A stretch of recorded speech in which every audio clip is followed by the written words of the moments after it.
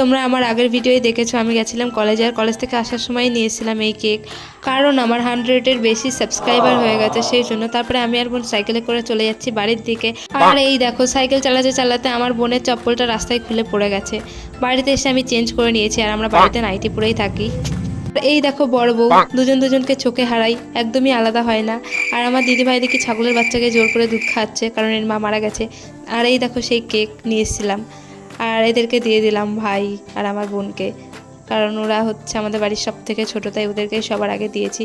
আর দেখো ওরা কত খুশি কেক পেয়ে, খেয়েই যায়। আর আমার ভাইয়ের খাওয়াটা শুধু আমি দেখি, যখনই খাই এইভাবেই খাই, আদরের মতো দাঁত মুখ খিচিয়ে খাই। আর এই দেখো বাটি ফাঁকা করে ফেলেছে। যাই হোক, এই বাচ্চাদের হাসি মজা কথা বলা সব কিছুই কিন্তু আমার অনেক ভালো লাগে। আর তোমাদের কাদের কাদের এরকম ছোট ছোট বাচ্চা ভালো লাগে তারা কমেন্ট করে জানিও। আর আমার ভিডিও ভালো লাগলে অবশ্যই সাবস্ক্রাইব করে দিও। টাটা।